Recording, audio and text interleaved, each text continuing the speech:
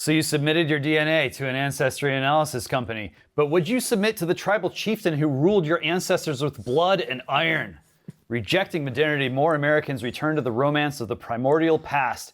If science can bring back mammoth genes, can Conan the Barbarian be far behind? Edgelord geneticist Razib Khan welcomes us into his Khanate. I'm James Poulos. Welcome to Zero Hour.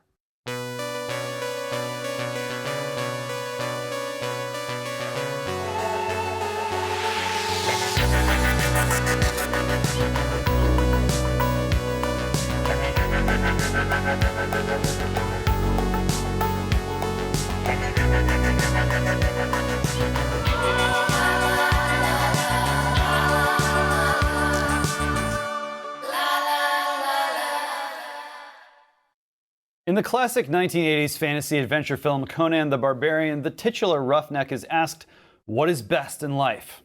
His response has become the stuff of contemporary legend: to crush your enemies, see them driven before you, and hear the lamentations of their women.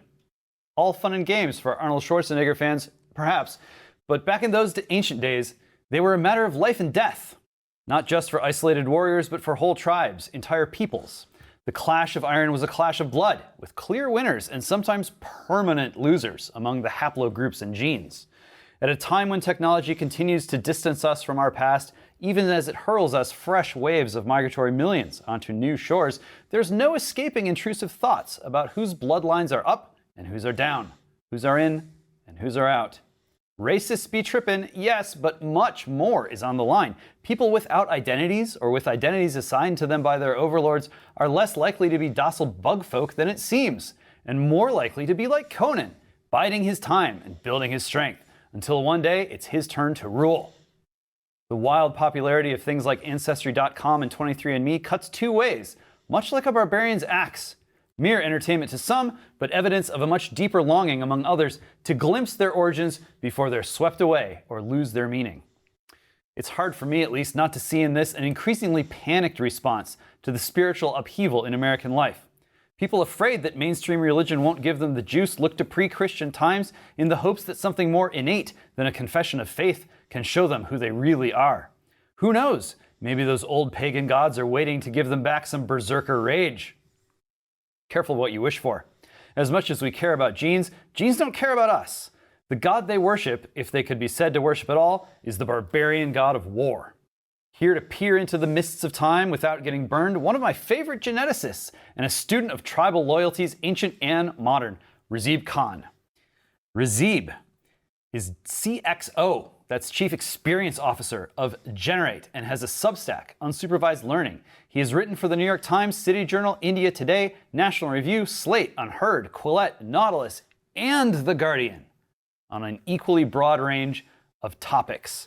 Razib, how are the woolly mammoths and how are you? They are not doing well yet, so we can talk a little bit about that. I'm doing very well. I am the end product of a long line of human beings and men that have conquered and went forth across the world, as are you. So unbroken throughout the centuries. Yeah, it was a great introduction. I think you captured a lot of what's going on, in terms of our topics and what we're going to discuss. Yeah, well, let's get into it. Generate is the company. Just drop the kimono. What are you up to in there? Am I better off not knowing? What's the deal? No. I mean, we're out of stealth. So, we're a seed round startup. So basically, the way I would talk about Generate is we are a platform for life science. The data explosion is here. And, a lot of the stuff that you were talking about, and in terms of my background in science and as a geneticist, has been focusing on taking our data and going back into the past. And Generate is kind of my attempt to take the data and peer into the future. So some of it is really straightforward. So for example, diagnostics and all these other things and related to your genetic background in terms of how you're going to eat, what drugs you're going to take, how you're going to live, how long you're going to live. All of this requires data. All of this requires intelligence, artificial intelligence, machine learning, all the buzzwords. But the buzzwords, they have reality and substance behind them.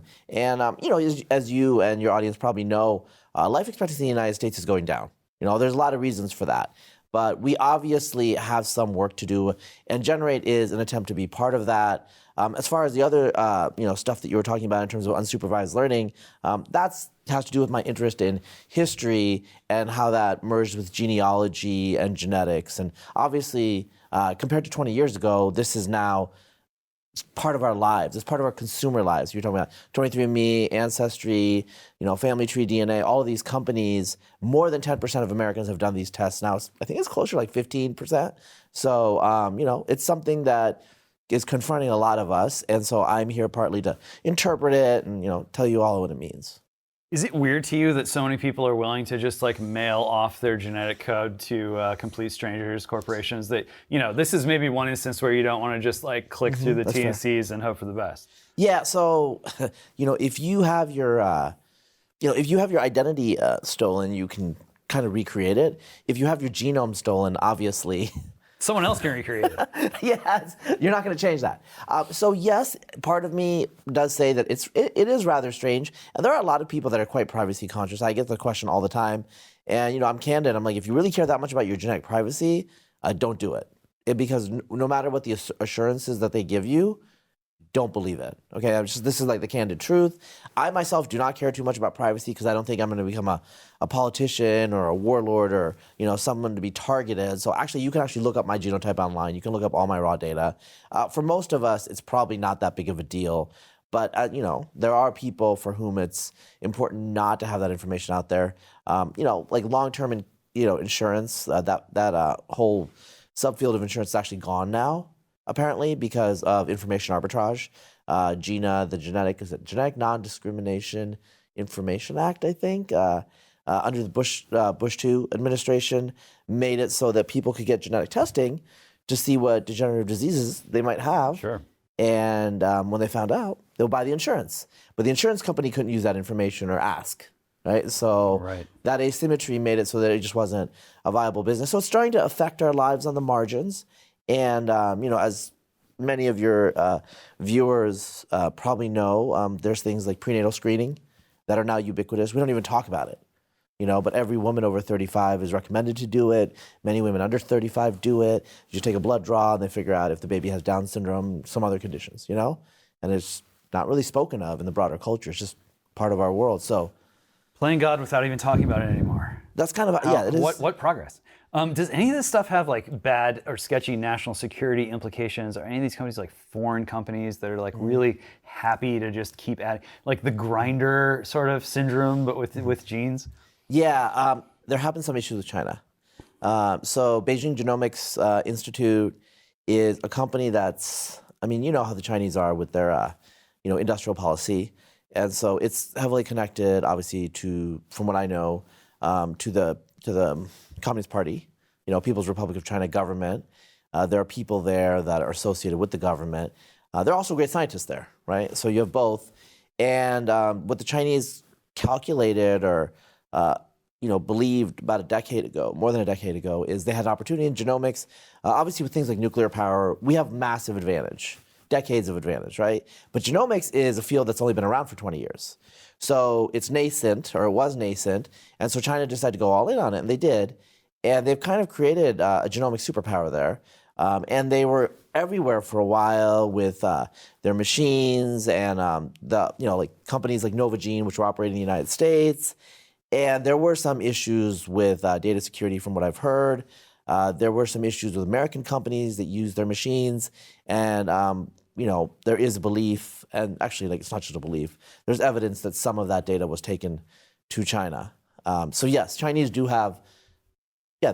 From what I know, they do have a lot of American genomes actually, and that was not something that was put out there, No, not the kind of news that they like reporting on. No. And these are the guys who want to do the super soldiers, right? There's really no kind of guardrails there in China. Yeah, so China, this is my understanding, or from what I've seen the last 5 years or so, they've kind of pulled in. I think they got enough information in terms of expertise, and they've kind of created a moat, and they have this whole. So I'm obviously in the genetic space, right? It's a subset of biotech.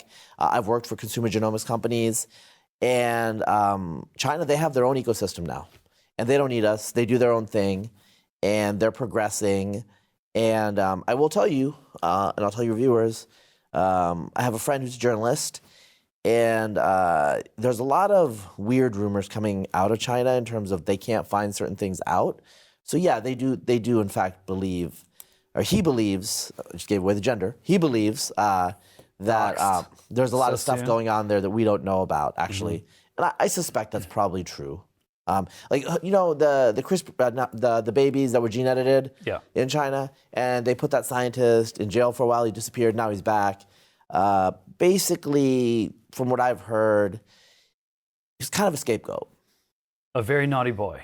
Yeah, but I mean, good thing that's all behind them now. Yeah, so we focused on this guy and that, but while that was happening, my understanding and the suspicion, and this is all like you kind of have to figure it out from what you don't see, is they're doing other stuff, you know? So, okay, so obviously there's like a huge universe of like scary things that they could be doing.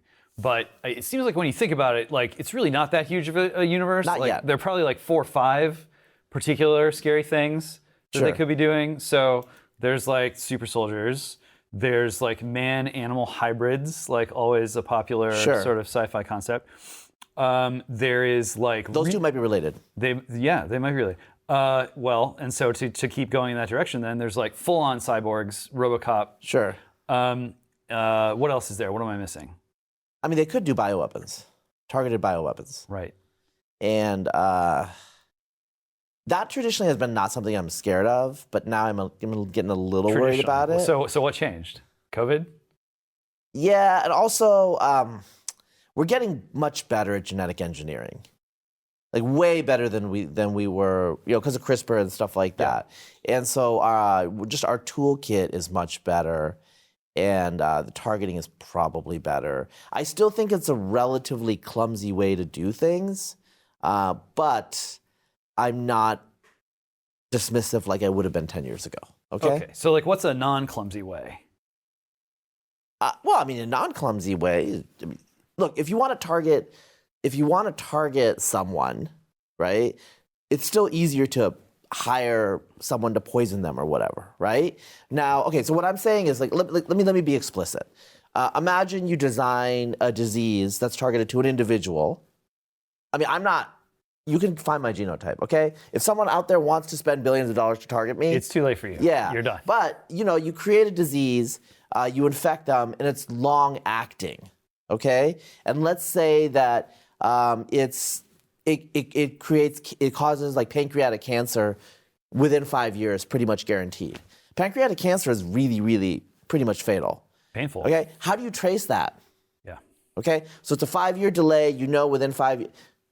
I'm not giving anyone ideas here, but I'm just trying to say, like, this is the kind of thing, if you want to invest the money in, someone might be able to. This is why, I mean, I think a lot of the viewers will know this, but, now already within the last 10 years, American prominent politicians, they don't allow, like their waste bins and stuff to be accessed. Like, they clean up after them because they don't want their genetic material out there. Sure. Yeah. And I'm assuming this is what they're worried about. Yeah. Well, I mean, these are things that people do need to worry about, at least at that level. I think there are questions, as there so often are these days, unfortunately. Is the American government like prepared to deal with this stuff? Is the competence there? Is the infrastructure there? Is there the strategic vision and awareness there?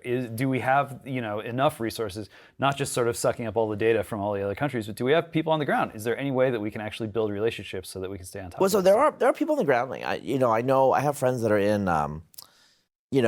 in the American government and bioweapons and stuff like that, defensive, And so there are people there. The question here is, at the higher level, is there awareness to focus and give them the resources, right? And I will tell you, so I work in the private sector, so I just can give you my perspective from that. I have friends who've contracted with government. American government is, yes, we did do the Human Genome Project. Bill Clinton was super into it. And we've kind of not been super interested in it. We've let the private sector take over, okay? And private sector has done a great job. So for example, the government of Britain is actually quite interested in genetics, because the National Health Service wants to use genetics to screen, which, I'm sure some of your viewers will have serious issues with. The American socialized medicine yes, inside so your the body. American government is not really focused on that at all. So I can tell you, they're not focused on this particular ball, okay? In the highest levels. It's not like part of the strategic planning from what I can understand, because I have friends who've tried to talk to the feds about, should we focus on some research or invest in some technology, scale it out, and they just haven't been super interested. The British government, on the other hand, there are people there paying attention, focusing. Partly it's Britain has like two sectors where it's really innovative. One's finance, which not really innovation, but whatever. And the other is actually in certain areas of bioscience because of their history going back to 1952 and, Watson Crick and all that stuff like that. And doubtless their history. I mean, London's a great city for assassinations. You don't really get that as much. All the Russians, all the Russians and stuff like that. Intrigue. You're done. They have all these like foreign people that are super rich. So yeah. That's above my pay grade. That's more about, Sure, no. Yeah, but it's out there. And I don't know, there's this question about competence, and you know this as well as I do. Like a lot of guys in tech right now are really stressing out about like the managerial apparatus and about, their word cells. Yeah, the word cells, government being full of people who really can't do anything, but they're just part of this entity that just kind of grows and grows. And usually like the nightmare scenario that stresses people out is evil, right? Yeah. Well, there are evil people at every layer of society, so it wouldn't really be that shocking to find them at the top. So you can't really do anything about that. It seems like one of the things about evil is it can sneak in wherever it wants to go. But then there's this other nightmare scenario, which is not evil. It's like incompetence. It's like relying on outsiders. I mean, foreigners. Not necessarily anything wrong with that, but like EcoHealth Alliance. Mm-hmm. This is Peter Daszak. Sure. This is British national. Like, sure. What's he doing? And like USAID and like DOD is like handing this guy all this money, and he's in Wuhan. And like, who's on first?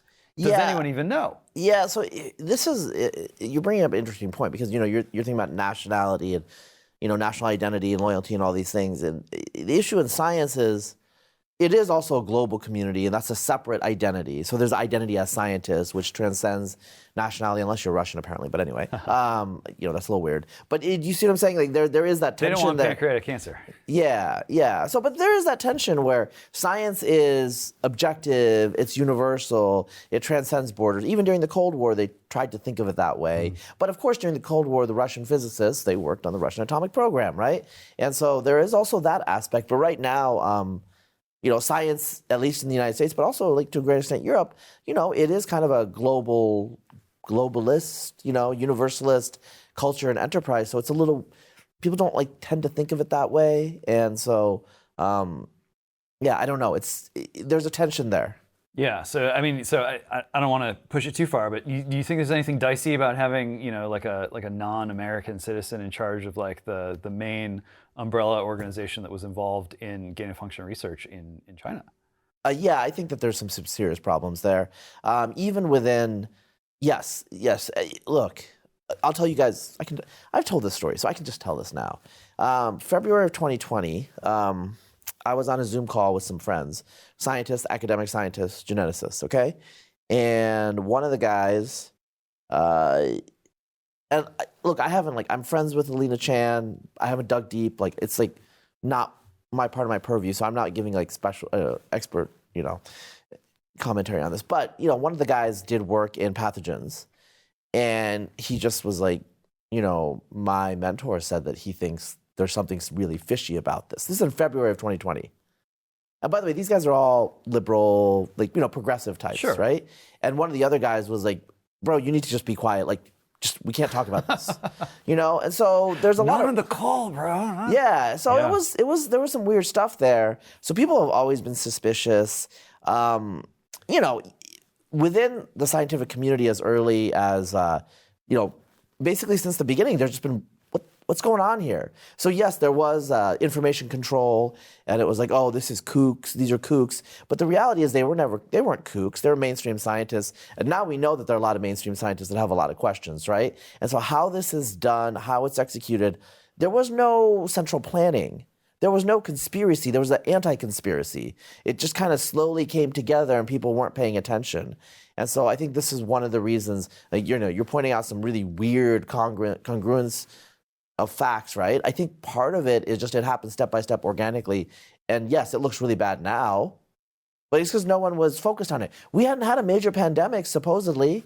I mean, it depends on how you define it, right? But we hadn't had a major infectious disease pandemic like this airborne stuff since the 60s, you know? So yeah, people were not focused on that. People didn't care. And I'd have discussions because, you know, books like The Hot Zone, there were books out there about it. I was like, oh, well, it's science fiction. And then all of a sudden, as you know, most of your viewers know, you know, in 2020, in that winter, it was like we were in a movie, you know, and a lot of people were caught flat-footed, and you know, people are still dealing with that, and a lot of people don't want to admit that they weren't prepared, and they behaved hastily and said things hastily without full information. And I don't know how the accounting is going to happen. There needs to be a lot more humility. There needs to be a lot more reflection. And that's not our culture in America today, though. No, you can say that much. Do you think, like, to what extent were we in almost literally like a Chinese movie? You got all that footage coming out in the early days, people foaming at the mouth, dropping dead in the street, like sealing people into their apartments. You saw those big, like, you know, it looked like something off the set of Alien, spraying down all these massive highways. Was that even real? And so much of that stuff had such an impact. Yeah. Especially in New York, on the way people are watching this. They're like, no, I'm not. Sure. I don't want that to be us. Yeah. I think we can't say anymore because like they've eliminated, you know, like we can't say what happened in the lab. We don't know a lot. We still don't know like the full death toll. There's a lot of questions. Like I will say in general, the case fatality rate and other things, a lot of stuff that came out early out of China was validated in the broad sketches, right? But a lot of details were off. I mean, for example, obviously they initially said it wasn't contagious in humans, and then initially it was all this like, you know, contact and stuff like that with like surfaces, and it wasn't at all. It's aerosolized. You know, the Japanese knew actually pretty early, and that's one of the reasons they had a better response. But in any case, my point there is the Chinese do not want to take responsibility. A lot of people, you know, in Asia are not big fans of China right now, and a lot of it has to do with this. In the United States, we've become more wise to what China is and was and what it was doing, but I still think we have a lot of our media and our culture that's worried about being xenophobic. You know, they don't have that problem in Vietnam or India. No, they don't care.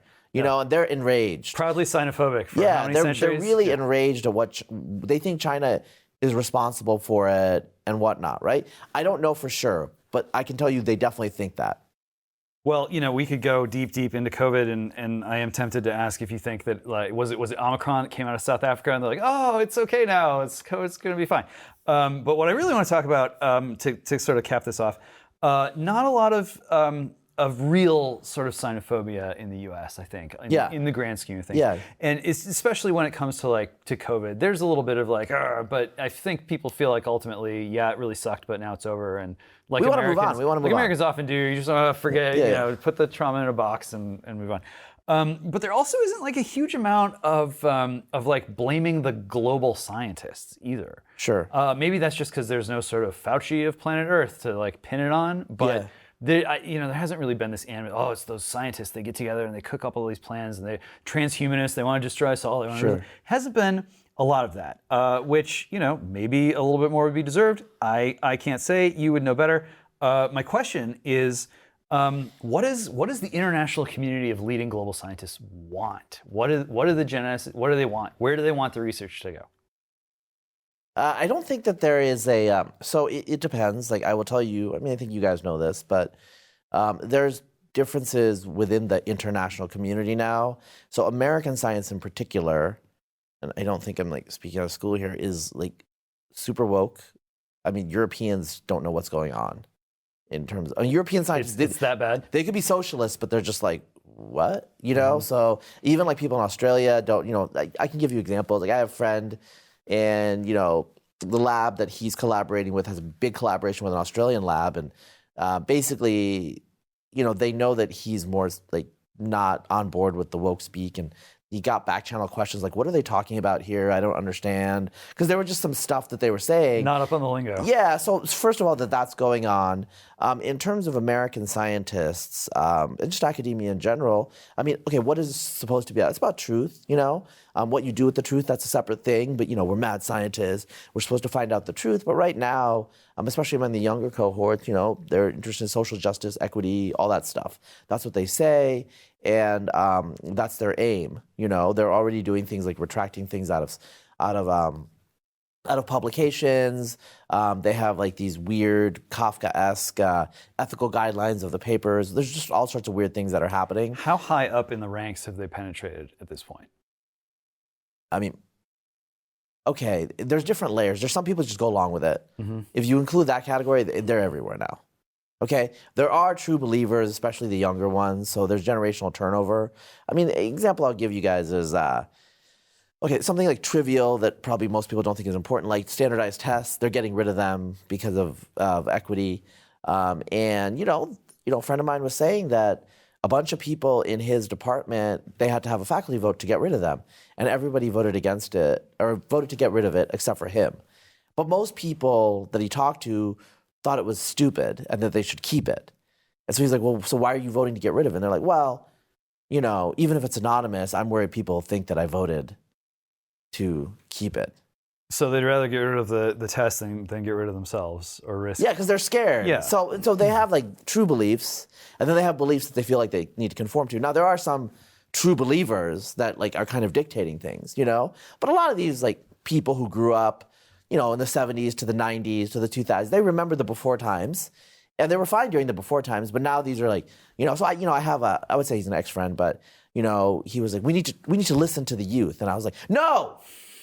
You do not need to listen to the youth. You know? Have you learned nothing? But that's the fundamental problem. Like I have a lot of reasonable friends, and they listen to the youth, and they just kind of change. And so, in terms of like what they want, they don't really know what they want. What they want to be is popular, accepted, and they want, you know, they want the status, the prestige. They want to be part of science, but you know, they don't want to be a Galileo. Like they don't want to be on the outs. They don't, you know what I'm saying? Do you think there's an impression that there's like not a whole lot left to do or discover, and that it's just kind of like mining the data and sort of like playing this stuff out? There's a lot in a lot of fields. I mean, come on. I mean, it's like some of the stuff that you know, I've talked about with you. I mean, you know, over the last 20 years, we've discovered, like, so you were talking about Conan the Barbarian, okay? So 20 years ago, you talked to an archaeologist, they're like, you know, these pots, they spread through the spread of ideas as people peacefully taught each other. Okay? Okay. Sounds great. Yeah.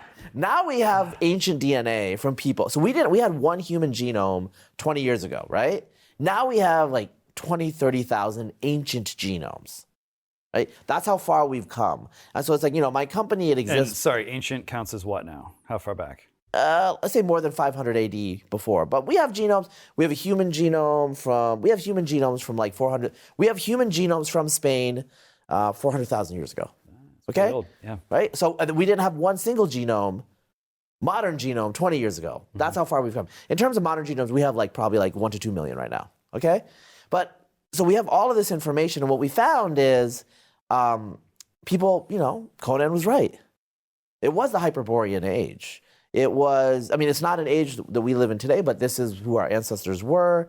You know, they find, for example, the Y chromosome, which is passed from father to son, they find Y chromosomes routinely replace each other in terms of like, there's one lineage and then it just disappears, and then this new lineage shows up. So, you know, there was this idea that before Indo-Europeans showed up in Europe, it was a matriarchy and all this stuff. Well, now they look at the Y chromosomes, they're like, oh, these longhouses, and by the way, the Longhouse was a very patrilineal, patriarchal institution. I have to say that that's true. So there were longhouses in Germany during the Neolithic period, and all the men in those longhouses, because there's burials, they all have the same Y chromosome, and the women are all different. So the women are outsiders. They're brought in to these, you know, male clans. And, you know, archaeologists have found evidence of, you know, basically genocide.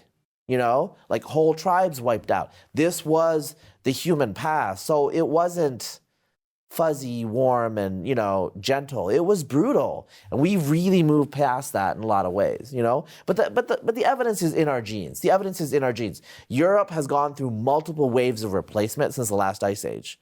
So the Europeans that lived in Europe 11,700 years ago, at the end of the last ice age, beginning of the Holocene, our current epoch, they only contribute a couple of percent of the ancestry to modern Europeans. They were mostly replaced. And they themselves replaced earlier groups like the Magdalenians, who did the cave paintings, in places like Altamira, and before them, the Cro-Magnon. All of these groups, multiple replacement events all over the world. We are a new people, humans, created in, it sounds like, created in blood. Honestly. That is the truth of where we came from. It's not where we necessarily are going to go, and it's not where we are right now. But that is where we came from. And we know that now. And we're learning about all of these peoples just by getting their DNA. We're getting the history of entire peoples that are just in their genes, because that's what genes are, right? So we have modern humans right now. You can sample their genome and reconstruct a pedigree, right? But, that's an inference. It's an educated guess. But now we can actually go into the pedigree and get the whole genomes. And so we can flesh it out in extreme detail. And that's what we're doing now. So there's still a lot of work to be done. There's more data than there are scientists to actually analyze this stuff, right? And with genetic engineering and CRISPR, there's going to be so much that could be done. Maybe you don't want to do it. Maybe we need a Butlerian jihad, But I'm just saying, there's a lot of stuff to be done. Sure. Yeah, well, it's interesting. There are two reactions to this growing panoply of unvarnished information about the past. And one reaction is, my God, this is terrible. How could we ever live this way? Human beings suck. We're violent. We're inequality is hardwired into our biology. Don't have children. Don't bring them into this world. It's just sort of going into the nihilistic direction. But on the other side, there's clearly growing anxiety, primarily among men, although not exclusively, anxiety over the possibility that that kind of vitality is on a possibly steep decline, and we may not get it back. And in order to get it back at all, we might have to, whether it's sun the balls or live off of the supplements, or recycle your own son's blood to whatever. There's there are these fads or whatever, but there's also this undercurrent of sort of well, wait a minute, how many living sperm am I carrying around? And well, wait a minute, am I going to have to keep injecting myself with HGH in order to just maintain a baseline level of sort of masculinity? There are those fears. They're justified. That totally justified? I think there's a lot of. We live in a very artificial world. So I'll give you a concrete example of something that people don't talk about. And I think, again, with the prenatal screening, there are things that are all around us, and therefore we don't want to talk about it. Okay, so obesity. Fat is an estrogen signaler. So you have millions of, because back when we were young, there was obesity. There was the fat kid. Right? Singular. Now there's a skinny kid. Yeah, and so, but both males. There's both men and women. But let's talk about the males, right? There's these obese kids who are going through puberty with obesity. This is not natural. Kids, if you're 12, you should be scrawny, but you have this marbling of fat, and it's signaling and doing things related to estrogen. So we don't talk about it too much, but I'm kind of wondering, what is that aggregate effect? And yes, you lose the weight, but what I'm trying to say is I am really worried, and I have sons, I'm really worried, and they're not, knock on wood so far, but I'm really worried about what's happening to all of these boys who are becoming men, and their bodies are transforming with these massive cascade of hormones while they're obese. Because obesity does feminize you, just, the estrogen and whatnot. And, the viewers out there probably know people who've lost a lot of weight. Personality changes. Why does your personality change? It's not just because people treat you differently. They do. It's also your hormones are different. You're not as funny. You're not as jolly. You're not as chill. You're prone to rage. You're becoming a man, so. Congratulations, you're now a man. Do you think that this sort of obesity situation has real effects on the bandwidth of the gender kaleidoscope spectrum that's happening now? Well, it probably just homogenizes. Yeah. It turns everyone non-binary. I don't know what you want to say. I mean, not literally, but look, you know, and like I gained a little weight during the pandemic. Like, you know that we've talked about this. Who among us? Yeah, but you know, your body, and like this is not natural. This is not the way people want to hear this because they want to be validated, right? But you know, you have a certain skeletal structure. You have certain muscles. You're supposed to move in a certain way. You're supposed to be a certain way. Okay, the Greeks were not wrong about a lot of that in terms of, I mean, look at those statues. They look good. They look good to us today, 2,500 years later. Your ancestors, you know, the Greeks. That's what you know. But they're expressing human universals And very well balanced. Not the big biceps. Yeah, not yeah, the, yeah. like, They're not popping abs. hypertrophic. They're not hypertrophic, right? So they're not. Yeah, they're. It's a lean, muscular build. That is our natural human build, and we have to go to the gym and do artificial things now. And obesity is obviously at the other end of it. And you don't move the same way in the world.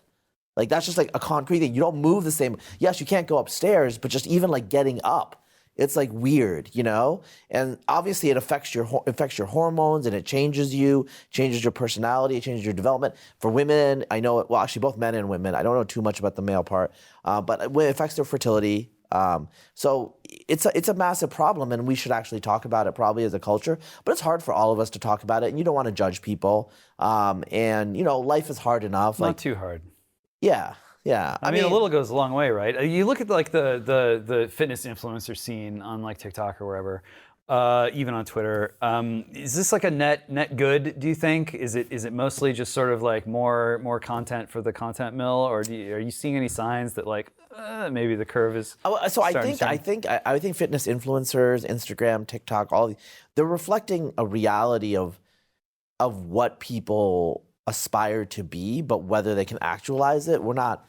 I mean, the obesity spike has kind of leveled off, I think, but it's still not great.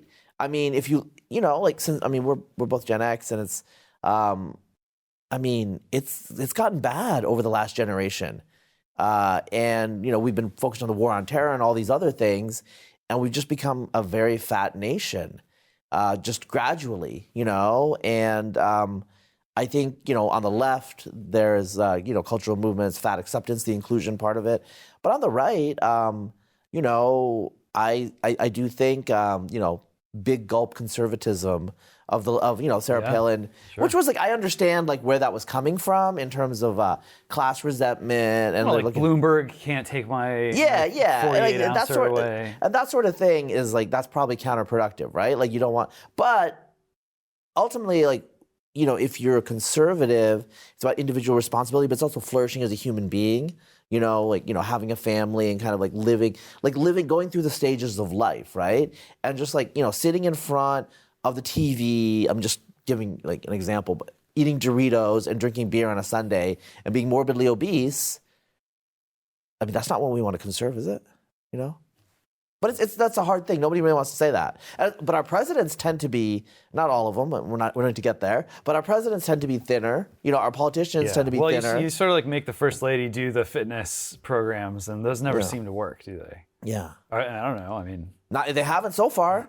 You know, they haven't so far. But we need to have a conversation as a culture. I think it needs to be a cultural thing. Yeah. It needs to be a cultural revolution in consciousness, right? Because there is evidence that your social milieu affects your weight in terms of like, you're getting constant feedback of like what's normal, what's acceptable, you know? So if you hang out with thinner people, you do stay thinner because there's like a constant pressure. So the new, I think the new anti-obesity drug, by the way, I think it's like, is it semaglutide or whatever? Yeah. Anyway, I did hear from actually a mutual friend of ours that also they're seeing effects on various addiction behaviors of these people. Right. And so it's indicating that it's affecting our brain.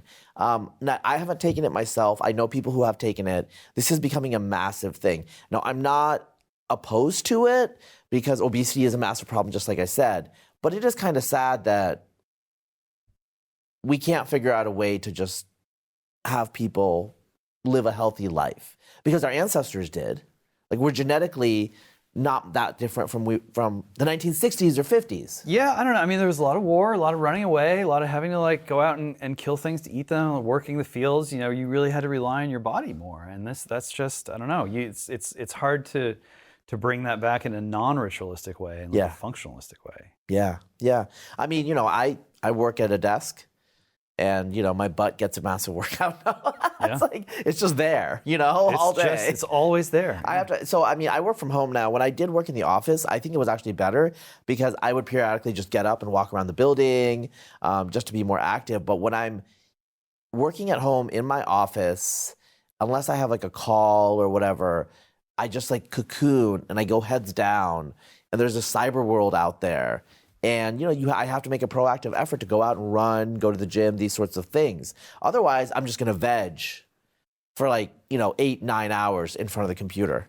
I always think about like the idea that we had of like, well, okay, and then next we'll go to space. So we have to like ready the pods. You climb into the pod, you go into suspended animation, you wake up in 4 years and like you're going to be sort of like a bowl of noodles. So we got to figure out how to like keep the vessel in a decent condition over these long distances in the void. And like that's exactly what we're doing now, except just like the spaceship is in our hands, and the pod is just like the couch. Yeah. Well, I mean, you know, you watched WALL-E, and that was 2008. It wasn't that long ago. No. But a lot of the things in WALL-E are here. And like impermissible now to talk about. The phone, like, you know. The big gulp. Like people literally, you know, talking to each other on the phone when they're like right next to each other and stuff. Yeah. That happens now. So WALL-E has happened and it's not weird to us, you know? Because a lot of people say, oh, like we don't have all this technology. But like, look, like I got a supercomputer in my pocket right now. We just take it for granted. Like once technology becomes ubiquitous, it's not salient to us, you know? What really kills me is like the like responsibility avoidance retconning, where it's like, oh well, like it's probably genetic anyway, you know? Okay, like, I'm out of shape, like I'm obese. It's genetic, like it's not. It's just sort of like. Let me just speak to that really quickly. It's a common thing because it is genetic. It is heritable. So it's quite heritable. In fact, 60 to 80% of the variation in obesity in the population is due to variation in genes. Excuse me. I don't have COVID, but just allergies. So that's when people say it's genetic, it's mostly genetic. But all that means is the variation in the population is explained a lot by genes because people do have different metabolisms. They do have different impulse control issues. And so when you give them a calorie-rich environment, different people react differently to it, right? But that doesn't necessarily mean it's inevitable. It wasn't we don't have different genes than our ancestors 3 generations ago. It's just that in this environment, you're exposing the underlying differences in metabolism and to a great extent impulse control, you know? And so is it inevitable? I mean, maybe it is inevitable in this environment, you know? But I mean, I'll give you guys an example. Alcoholism is also quite heritable.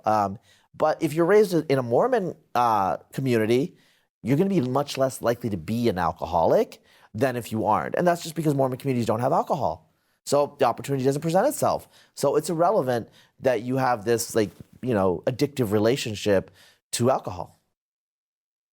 I'm gonna not say let's go from fatties to fascists because that would be ungenerous, but it would be funny. So let's go from that to the guys who are on the other end, who are like, I am the beach bodybuilder. I am going to, you know, sun and steel it, and like they're just fully dedicated to this. The ranks are growing, and sure enough, like their sort of mindset is moving away from the sort of docile, our sacred democracy mindset towards something like, maybe I'll start my own Sparta in the jungles of South America or whatever. You have your ear to the ground. Do you really think that this is like a path that is going to lead toward a cultural movement that has the critical mass to pursue its sort of, you know, more ancient objectives?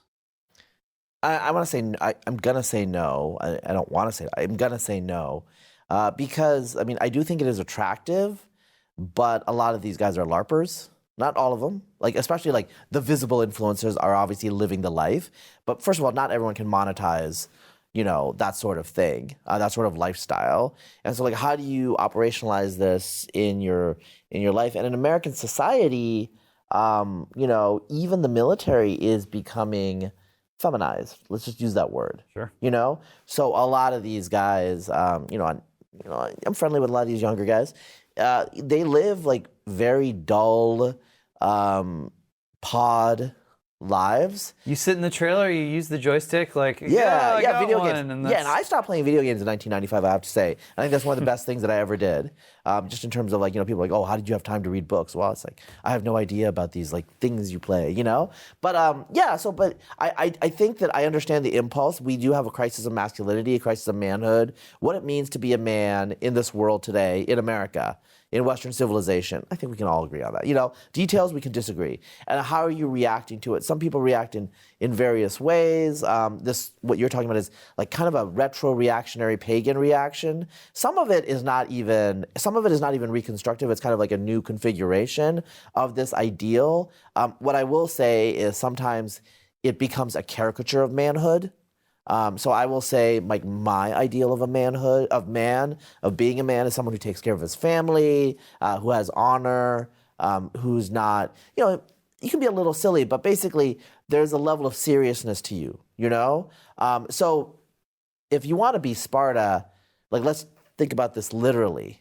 There's pederastic relationships.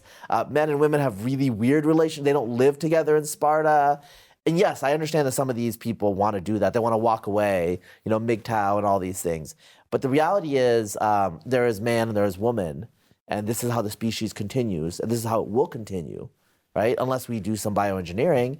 And so this separation, this isolation, it's just a short-term cope to kind of a culture that doesn't have good answers, I think, for a lot of these young men. Yeah, well, it's interesting. We've now got a split where it used to be that, transhumanists were transhumanists, a small community of people who are like mostly located in San Francisco. Yes. And we're just going to use the technology and just throw it at all of humanity's problems, and we're going to transcend, and it's going to be great.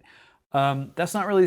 Now we've got post-humanists, we got transhumanists who are like, yes, infinite genders, spin the color wheel, cat girl. Yeah. And then we've got other transhumanists who are like, no, we only want the good stuff. We only want stuff that's going to like strengthen people and make them more like superheroes. Is this the beginning of just sort of a fragmentation of these movements into just more warring tribes that are going to sort of replace one of those populations as time goes on? Or do you think I think some of them, this is what I will say. I have thought about this, and I think both of us like have tracked this movement.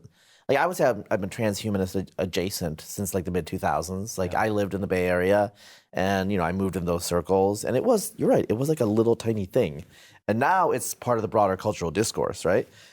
So what I will say is there are certain types of transcending being human that leads to a dead end of existence, right? So if you sterilize yourself, you're gonna like end you're gonna get on the hedonic treadmill and just like end somewhere. So I think we need to have a goal of like, if we are going to be transhuman, if you're going to be greater than human. So this is what I'll say, a transhumanist vision, okay? Do you want to be a better version of who you are, or do you want to be different? Do you want to be not you? And to some extent, we are better versions of what we could be in terms of, disease and a lot of these other things that would have worn us down. Like, the two of us look much younger than we would if we were peasants in 1850, and it's just because of the life we live, the technology that we have, right? And so imagine a future where people aren't obese, maybe like their facial symmetry is better. I mean, is that worse? I mean, do we need unattractive people? I don't know. I mean, these are questions you can have. There are those arguments, like Leibniz, we live in the best of all worlds. We need like the bad to have the good, whatever. I do think that there is, maybe you wouldn't want to use the word transhumanist, but there is a path forward where we kind of capture the spirit of bettering ourselves and perfecting ourselves towards what we want to be, what we aspire to be, what will probably fall short in some ways. Individually, I think all of us fall short of what we want to be, but it's good to have a target, right? It's good to have something we want to be. We want to be, faithful husband, good mother, all of these different things. A lot of us fail, a lot of us don't succeed, but we have these ideals. And then there's another ideal, I think, that is developing today, which is like chaotic protean self-actualization. where there's no idea of the good. There's only the idea of like the short-term feeling good, if that makes sense. But really, like your desires are your identity, and that's you. I mean, in a way, it's gluttony. Yeah. The obesity issue is also reflecting this. Where I mean, look, Doritos taste good. They're supposed to. They're engineered to taste good. Yes. All these processed foods, they taste good. They're high calorie density, and we're following our evolutionary instincts. But we know the medium to long term impact is like, we don't look like how we're supposed to look. We don't feel how we're supposed to feel. So we need to have like a bigger picture. So I think with transhumanism and technology, and maybe I'm outing myself as part of the tech right. I don't know. But I still think progress is possible. I just think we need to be intelligent about it and think about it. Well, yeah. So I mean, the easy case is like the marginal sort of improvements. Sure. So one day you wake up and you're like, man, I think that my joint in my knee has been bothering me for like, I don't know, how long has it been? Has it been 3 months? Like, this is bad. Like, isn't there just something that I can use to make that go away, or at least to like mitigate it? And that's, that I think that's driven a lot of that kind of like passivity toward technological change. Relatively benign, like even still to this day, like getting an abscess taken care of is a nightmare, and like there are these things. But then there's this deeper thing, which is like this spiritual hole, and people are like, I don't know why, but I hate myself. I don't know why, but I feel like life has no meaning. I don't know why, but I just like can't make it through the day. And you go to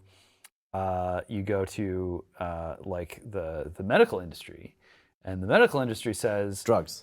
Yeah, like you don't even just shush. Like I take one look at you, and like here's what you need. Never stop taking this. Yeah. And don't worry, because you'll never be able to stop taking it. Yeah. You can't get off the. I see what you're saying. So there's that, but that even now is also starting to like shade into like really radical and irreversible kinds of like technological interventions into the physical body. Yes. Yeah. And obviously, I'm just like reflexively horrified by that.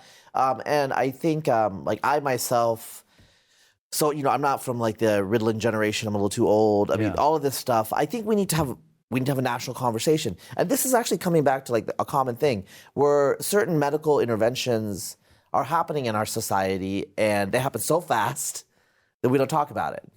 In terms of, we just like, oh, okay, no one speaks of it. We feel kind of weird, but it's going, Yeah. And so I mean, look at like Adderall, and like really, this is the talk of Silicon Valley. Exactly. What's left of it is like how many people are just basically, it's just the drug doing their job every day. Yeah. That's exactly true. And I'm just, the main drug I do is caffeine. So I mean, we all have like whatever our thing. Some attribute like the competence of peak America to just to nicotine. Yeah. There's a whole field of economics devoted to caffeine, nicotine, and like how they revolutionized the West in the last couple of centuries. So we do need to talk about it. And I think like in terms of productivity and economic growth, I'm pro growth, but the ends is human. And I think this is more your wheelhouse in terms of you've thought deeply about it, what it is to mean to be human.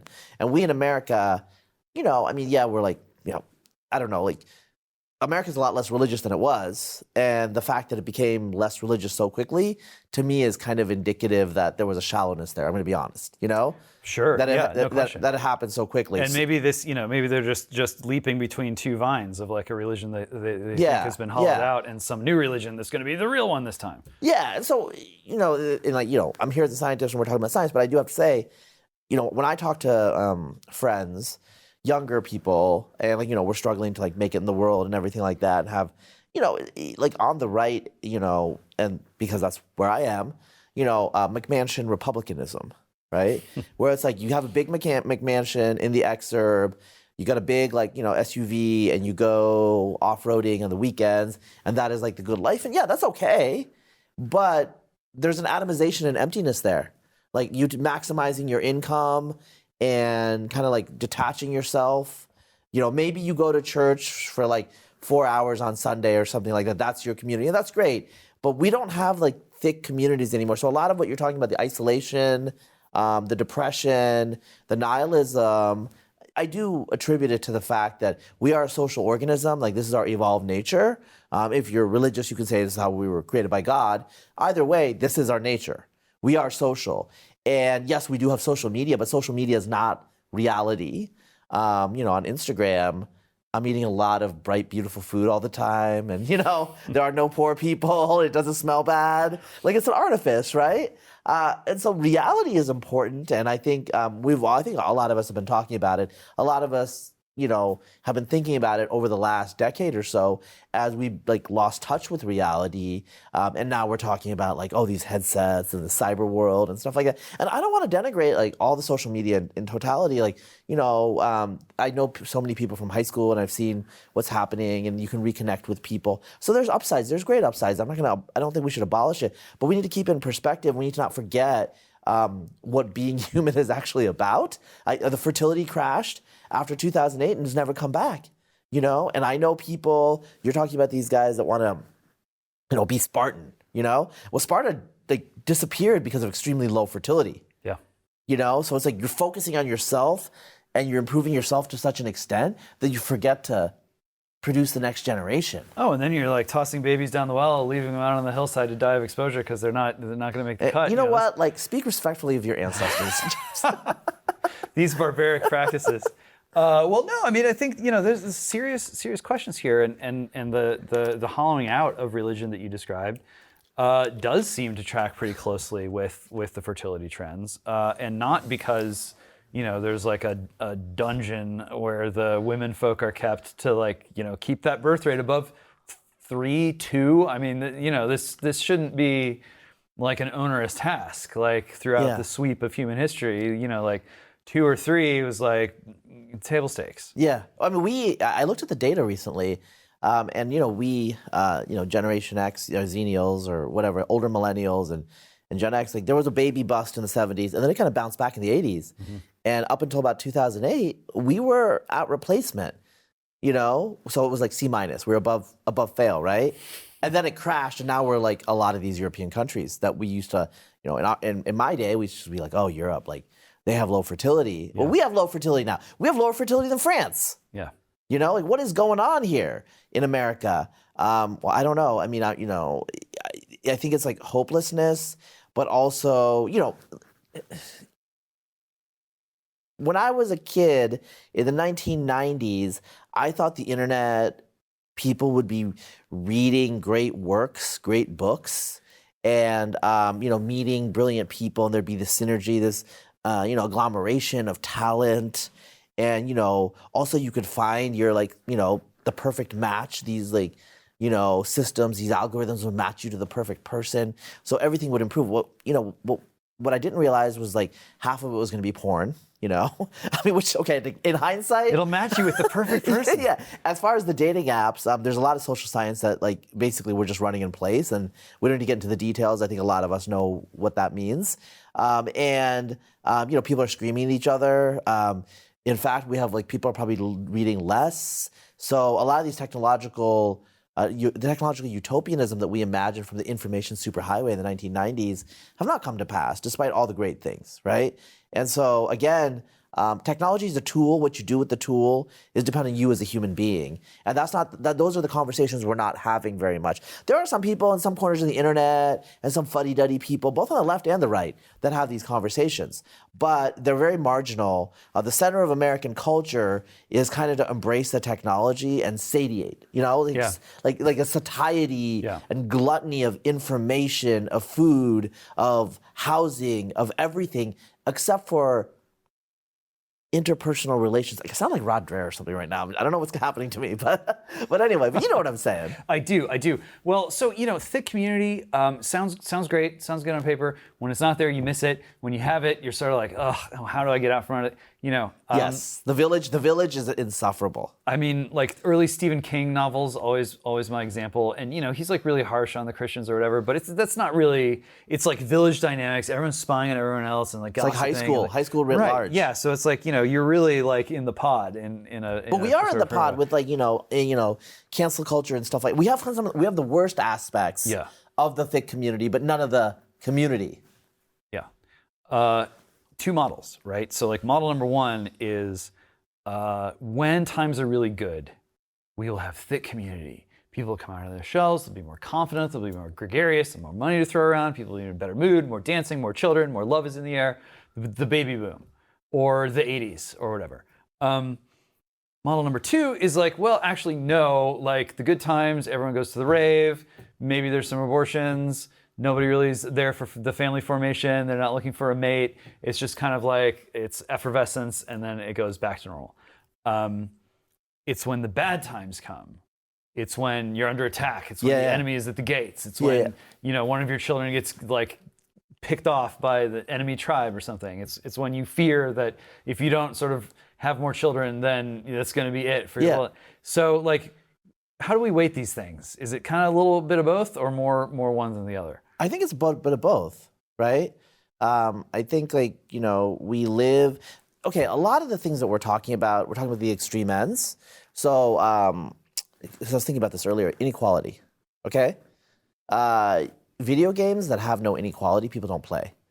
You want winners. Like we crave some, agonistic, the Greeks knew this, competition, right? We need a little of this. We need some, like the frisson of like losing and dying and these sorts of things. Like that's what makes us go.